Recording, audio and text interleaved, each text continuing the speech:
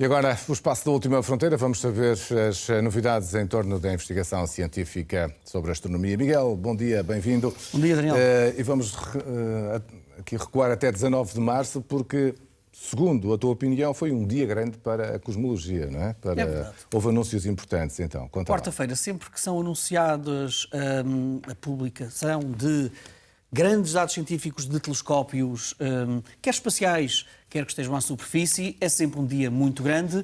E olha, e em especial o europeu, Euclide, e nos Estados Unidos do consórcio também DESI. Vamos primeiro ao europeu, até porque há muitos cientistas portugueses, há muita engenharia portuguesa no telescópio espacial Euclide, que olha para o universo no comprimento de onda do visível e do infravermelho. Estas são algumas das imagens que foram disponibilizadas então na passada quarta-feira e mostra-nos um segundo conjunto de publicações do Euclide. O Euclide, desde que foi lançado, desde que começou as suas operações, já analisou cerca de 30 milhões de objetos celestes. Escusado será dizer que há muitos mais para observar. E aquilo que foi anunciado na quarta-feira já foi alvo da publicação de 34 artigos científicos baseado nestas observações, que nos trazem até mais de 380 mil galáxias. Fala-nos de quasares. Quasares são buracos negros supermaciços no coração das estrelas que estão em grande atividade, portanto são extremamente luminosos. Ajudam-nos a compreender a dinâmica à volta destes buracos negros supermaciços, mas também quase que funcionam como uma espécie de uma grande luz para iluminar zonas distantes do nosso universo. E, portanto, algumas destas galáxias vão até 10 mil milhões de anos-luz de distância, portanto conseguimos ver zonas muito distantes do universo, e quando falamos de zonas distantes, são cada vez mais primordiais do nosso próprio universo. E há aqui também uma história interessantíssima à volta de muita desta história destas galáxias que nós estamos a ver e que foram agora identificadas. É que foram identificadas, foram analisadas num complô benéfico, como é óbvio, entre a inteligência artificial, sei que é um tema muito querido para ti, e para a ciência cidadã.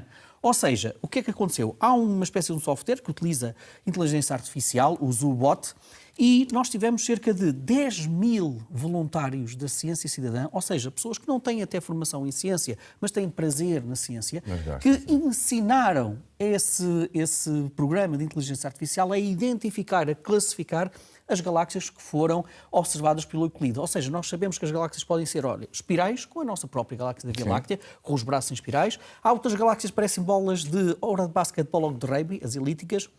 E depois há galáxias irregulares, que não têm propriamente uma forma definida. E depois, à volta destas galáxias, pode haver até correntes de estrelas. E a ciência cidadã ensinou a inteligência artificial a identificar cada uma destas classificações das galáxias. Isso é fundamental para percebermos também a evolução das galáxias ao longo do universo. E, portanto, ainda por cima, estes dados todos, e são números extraordinários, correspondem apenas, para termos uma pequena ideia, a menos de 0,40% daquilo que o Euclide vai fazer e analisar ao longo da sua missão. Outro dado interessante destes primeiros dados: 500 candidatos a lentes gravitacionais. O que é que isto quer dizer? Lentes gravitacionais, como o próprio nome indica, quer dizer que é algo que é ampliado. Ou seja, se tivermos uma fonte de luz, uma galáxia, por exemplo, muito distante, e entre essa galáxia distante e o nosso telescópio Euclide passa uma outra massa muito grande, imagina uma outra galáxia, a luz da galáxia distante é ampliada precisamente pela esta passagem, pela massa da galáxia mais próxima de nós. Não é muito normal isso acontecer, mas quando acontece é um dia grande, porque estamos a focar com muito melhor precisão zonas distantes. E então, de uma assentada, temos, através destes dados, 500 candidatos a lentes gravitacionais. Por isso é que, repara como eu disse que é um mesmo dia grande para a astronomia, porque isto ajuda a facilitar muito analisar o universo próximo, mas também o distante. Ora, outro número que eu acho que é interessante, o Euclide todos os dias fornece 100 gigabytes de dados para os astrónomos analisarem.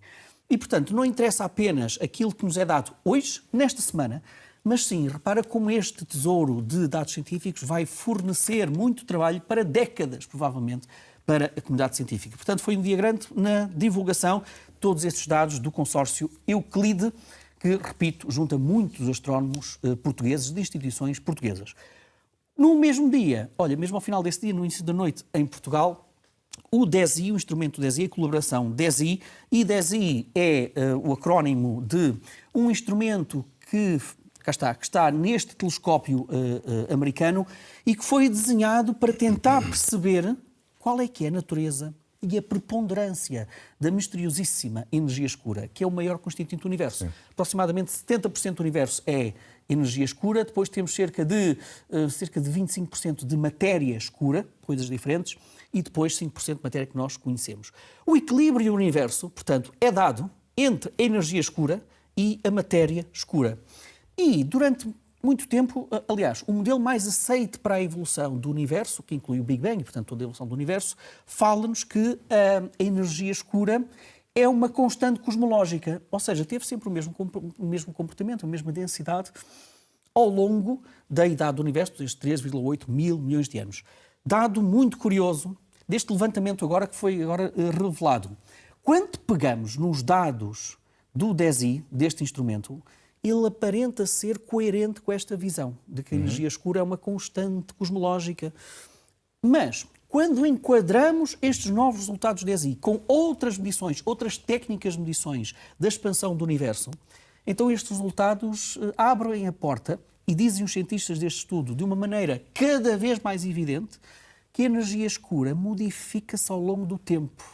Ou seja, teve uma certa preponderância, se calhar numa altura, agora, neste nosso tempo, nestas observações até do universo mais próximo de nós, parece que a energia escura está a enfraquecer. E isto aponta para um favorecimento de outros modelos cosmológicos que dizem o seguinte: se a energia escura está a enfraquecer, quer dizer que a expansão pode ser, se calhar, mais acelerada. Peço desculpa, a expansão pode ser menos acelerada e podemos ter, eventualmente, uma contração do universo.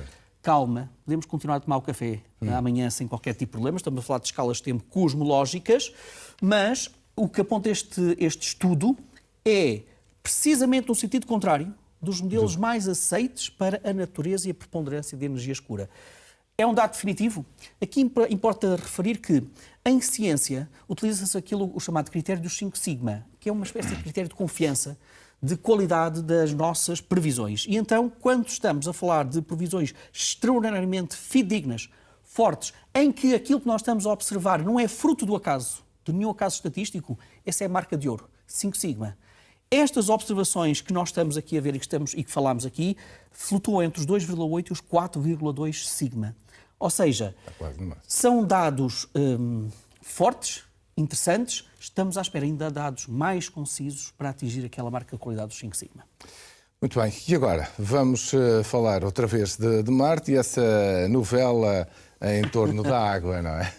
E de nova interpretação de dados. Repara como isto é muito interessante. Neste mesmo estúdio, olha, até acho que foi mesmo contigo, nós no ano passado anunciámos com grande curiosidade e até com grande alegria que, quando analisamos os dados sísmicos da missão InSight, a missão InSight da NASA colocou um sismómetro mesmo na superfície de Marte para medir a agitação sísmica de Marte. E nessa altura, em 2024, houve ali dados que indicavam que havia ali uma faixa entre os 11,5 e os 20 km de profundidade em Marte, em que as ondas sísmicas tinham uma alteração no seu comportamento. Nós estamos a falar, sobretudo, das ondas S e ondas P, que têm características diferentes. Nós conhecemos estas ondas no nosso próprio planeta. As ondas S, por exemplo, não viajam através da água. As ondas P viajam mais rapidamente em materiais de maior densidade e mais lentamente em materiais de menor densidade. E, portanto, diz-me qual é o comportamento desse tipo de onda específica e dir-te-ei o que é que existe por baixo da superfície. No ano passado, foi indicado, então, que entre os 11,5 e os 20 km havia ali uma alteração. Na altura, apesar de já se falar em água, eventualmente em água, o que foi avançado foi que provavelmente estaríamos a falar de zonas, de camadas geológicas diferentes, rochas com porosidades diferentes, ou seja, que apresentavam quase espaços um bocadinho mais ocos no seu interior. E isso poderia explicar esta diferença do comportamento das ondas sísmicas. Ora bem, um conjunto de investigadores japoneses pegou nesses dados, experimentou como é que este tipo de ondas sísmicas passam por vários materiais que nós sabemos que existem por baixo da superfície marciana e chegaram a uma conclusão, que foi, este comportamento destas ondas sísmicas é muito mais coerente, é muito mais facilmente explicável se, em vez de passarem por rochas de porosidade diferente, passassem por água líquida, apontando então para a eventual possibilidade de termos por baixo da superfície de Marte, ali entre os 11 e os 20 km, grandes camadas de água líquida, subterrâneas, obviamente, e Daniel, eu tenho a certeza que lá em casa muitos estarão a pensar, onde há água, pelo menos no nosso planeta, pode haver vida. Calma, vamos refriar as especulações astrobiológicas. Para já, é uma reinterpretação dos dados sísmicos que, em condições laboratoriais na Terra, dizem que é mais provável este comportamento das sísmicas atravessando água do que propriamente rochas de diferentes porosidades. Mas posso prometer, desde já, que na próxima semana vamos ter mais especulações muito interessantes sobre Marte. Pronto, e para terminarmos aqui, Israel e Palestina unidos... É um louvor. É uma notícia diferente daquilo que costumamos dar, não é? Nesta espuma triste dos nossos dias.